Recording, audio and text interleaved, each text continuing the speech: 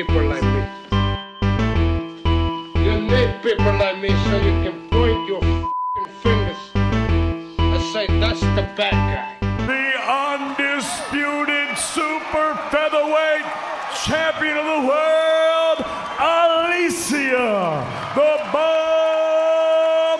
Baumgardner.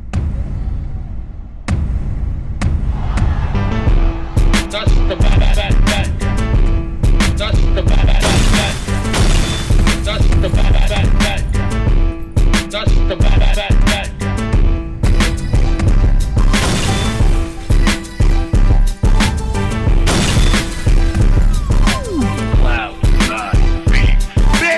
Welcome to the motherfucking relay. We're covering today's top boxing news.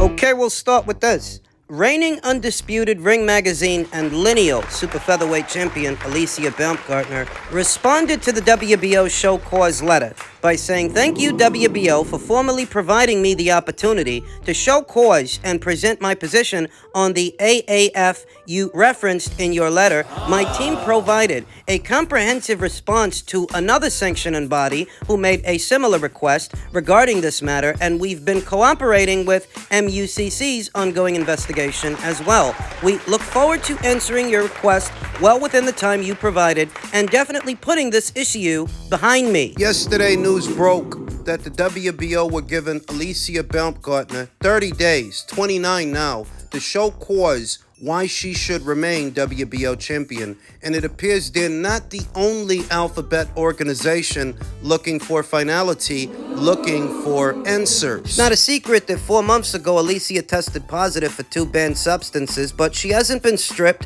of any of her alphabet titles, and the outcome of the Ngannou match, the rematch, it remains. It's been upheld, at least so far it has. And at least for the WBO, they're not going to wait on the MUCC anymore. Alicia professed her innocence, like many fighters do in this situation. What is tantamount to a uniform response in these situations, though you seldom ever get all the answers. It's looking like the WBO might end up stripping Alicia Baumgardner, and if they do, I think the other alphabet organizations will follow suit, at which point the landscape at 130 is going to change. Ranked at number 1 is Delphine Persoon. That is by way of the WBA. Rumor has it that Delphine Persoon's next fight may be her final fight. This may be her final year in the sport of boxing. Thus, even if the WBA title becomes vacant, she may not be around to pick it up. Ranked right behind her is Germany's own Ramona Grave. At number 2, ranked at number 3 is America's own Mia Ellis. If within the next 12 months the WBA title goes vacant, these are names that you want to pay attention to. Because while it is the WBO that's putting pressure on Alicia, putting pressure on her for answers, if they end up stripping her of their title, the WBA might follow suit, as well as the WBC. Ranked at number 1 with the WBC is once again Delphine Persoon, but I told you this might be her final year in the sport of boxing. Thus, ranked at number 2 is Francis Elham Mekhaled, and at number 3, South Korea's Bomi Rae-shin.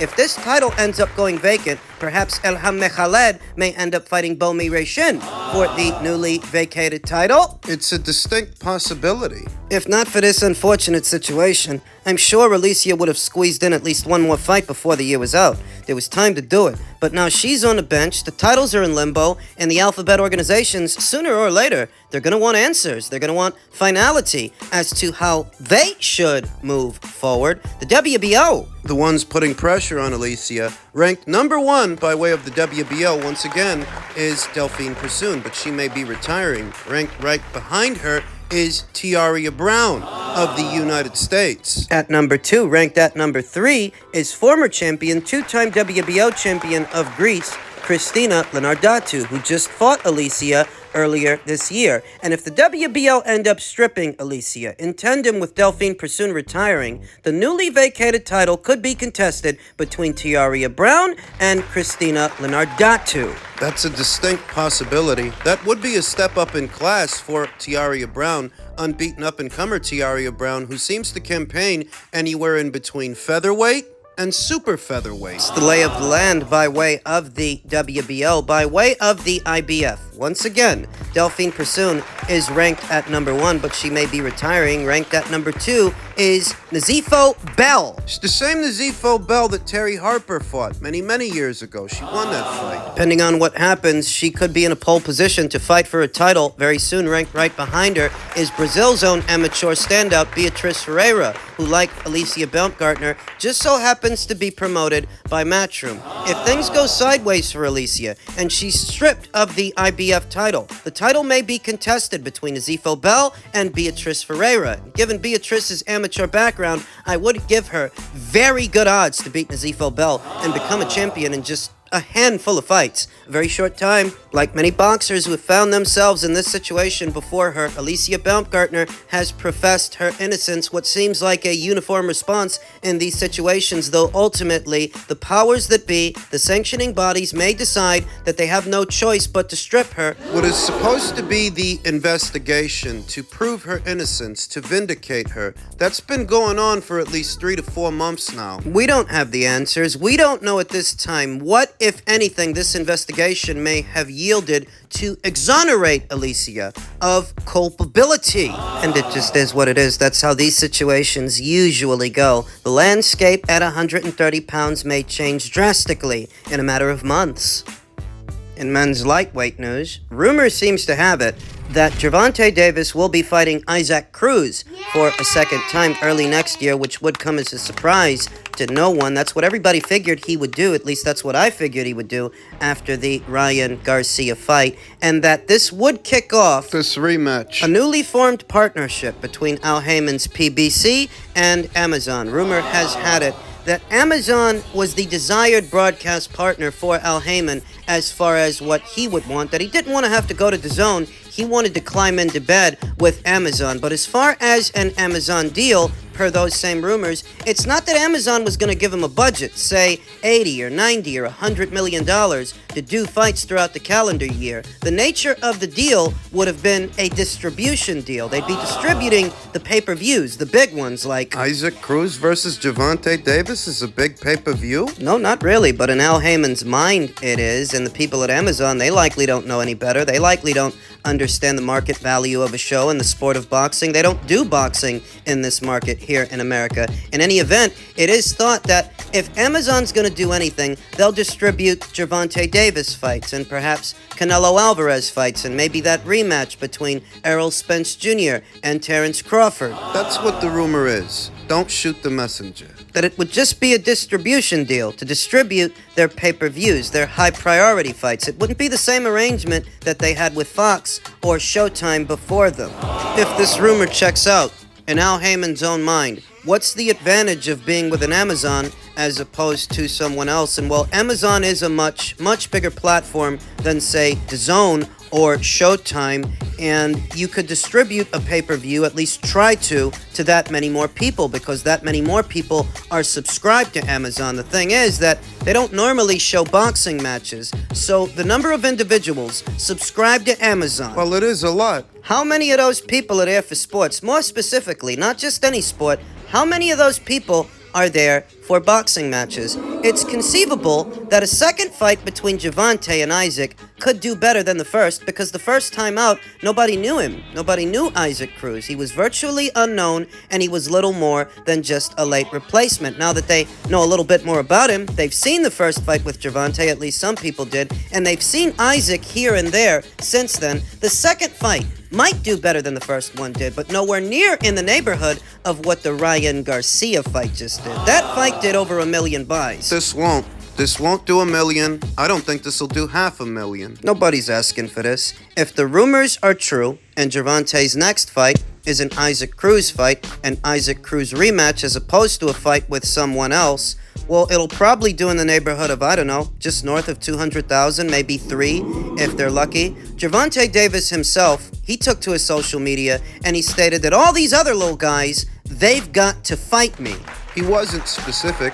He didn't mention anybody by name, though when he says that, certain names almost immediately come to mind, like the name of Shakur Stevenson, or maybe the winner of Haney versus Prograis, Teofimo Lopez. If that is who he was referencing, and if he were serious about fighting fighters like that, those fighters, well, now would be his chance. Now would be his opportunity. It kind of fell into the background that Showtime has left the sport of boxing in light of this past weekend's contest, the whole Fury versus Ngannou thing. In case you guys forgot, Showtime, where Gervonta has been fighting exclusively, they're out of the business after this year. They're out of the game. So if you wanted to fight a Lopez, you could, in theory, because you're not tied to Showtime anymore. If you wanted to fight a Stevenson or a Lopez or just whoever you want to fight, now would be the time to do it, because you ain't got a broadcast partner for your fights. If that really were something you wanted to explore. Myself, I'm not holding my breath. I am expecting him to fight Isaac again. what I said he was going to do, that's what I've been saying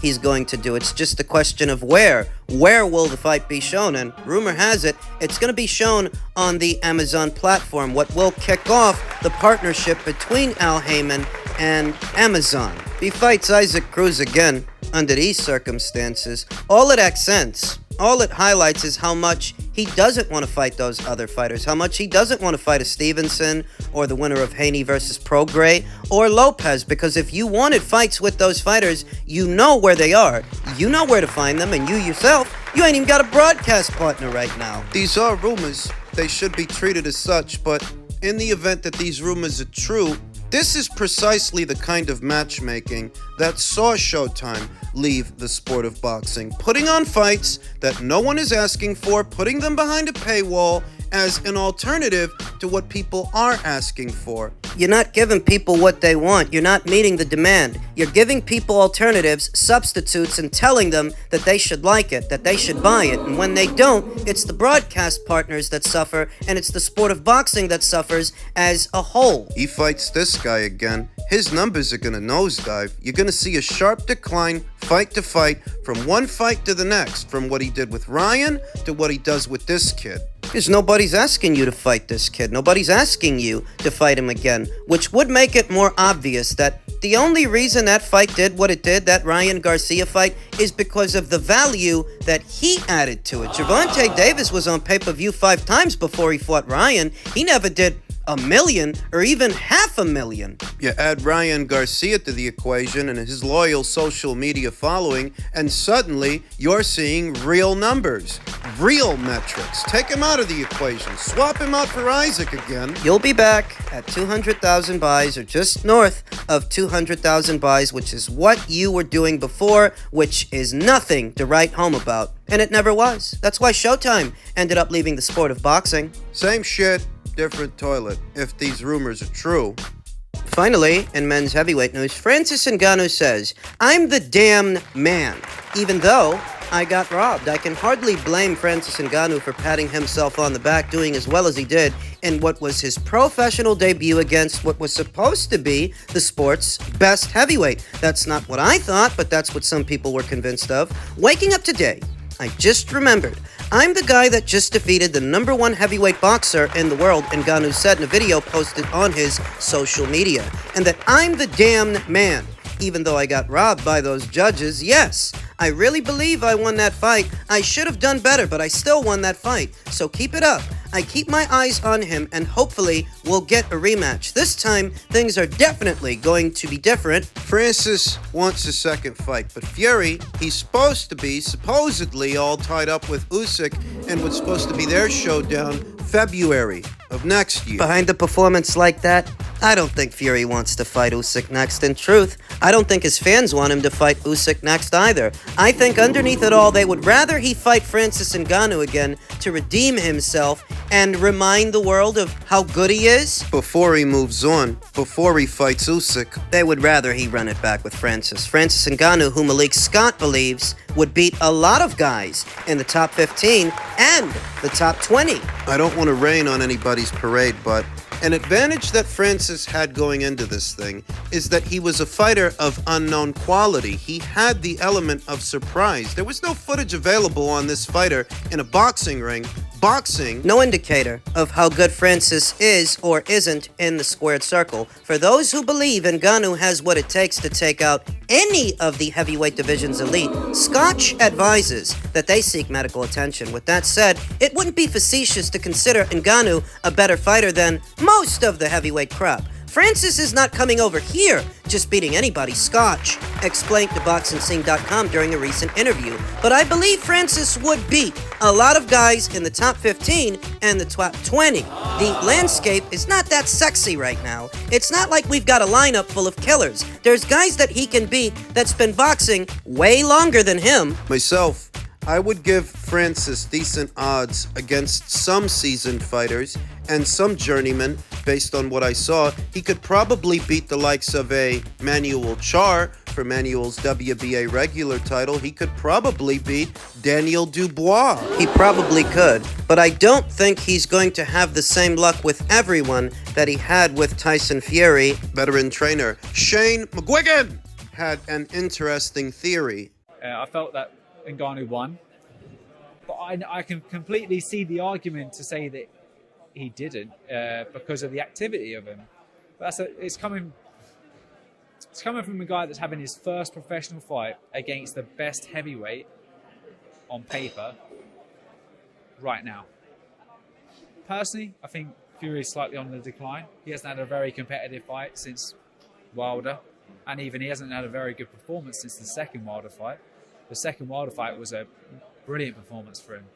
Third one, he got hit too much. Yeah, he got off the canvas and done the job. Dylan White, it's not elite world level. It's not the top boys, and Derek Chisora far from the top boys. So, if you actually look at it and break it down that way, it's like you can understand why he didn't look the best, and I think he potentially might be on the slide. It's a combination of things, if you ask me. A combination of Francis Ngannou being a more consummate professional than Tyson Fury is. Tyson Fury perhaps not taking the assignment seriously and/or being in decline, being on the slide. He didn't decide to fight a mixed martial artist in his pro debut because he was looking for the biggest and best challenge out there. There were plenty of other seasoned boxers that he could have fought. He chose this guy because he wanted to be on easy street, and he didn't anticipate this guy's not just coming for a check like I am. This guy's actually coming to win. He actually wants to make history, in tandem with Fury not being as good as everybody says he is, not being the greatest heavyweight of this era, and certainly not the greatest heavyweight of all time. You can see how we got here. So I can hardly blame Francis for feeling how he feels in the MMA community that might feel they've finally got one over the boxing community and the boxing fans. I can't blame them when so many people in the world of boxing tried so hard to convince the world that Tyson Fury, was one of our best. Not just one of the best according to them. I never agreed with that, but it's besides the point. The point is, people hyped him up and now he's been exposed.